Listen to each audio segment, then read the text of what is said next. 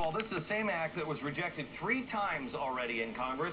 It also changes the law from 1996 where it says you cannot have an in-state tuition for illegal aliens unless you provide it for all Americans. So if my child wants to go to a school out of state, they can't get the in-state. But if somebody who's living illegally down the street from me can go to the same college my kid wants to, and they pay the reduced rate, correct? That's correct, and it's just not acceptable. That's not good policy for America.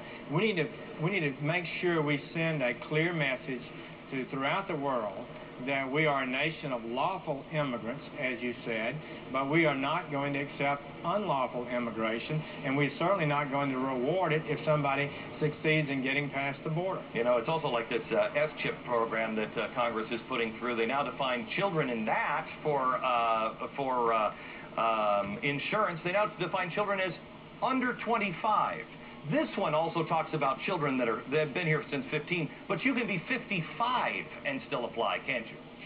That is correct. It's not nearly as quite as some would suggest it to be. And, you know, it's 1.3 million people, we estimate, maybe more. And they do, as you indicated, can bring parents with them once they're in.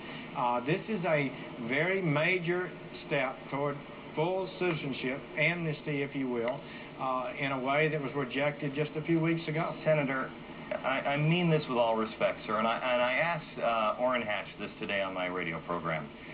I don't think you guys in Washington really get it. What part of disenfranchisement do the people in Washington not understand?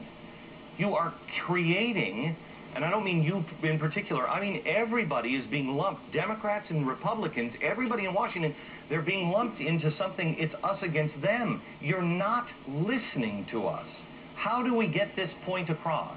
I think we keep at it. I think this opportunity that I have and that you have to tell American people what is really happening here, making sure that people continue to call their representatives is important, but you are fundamentally correct.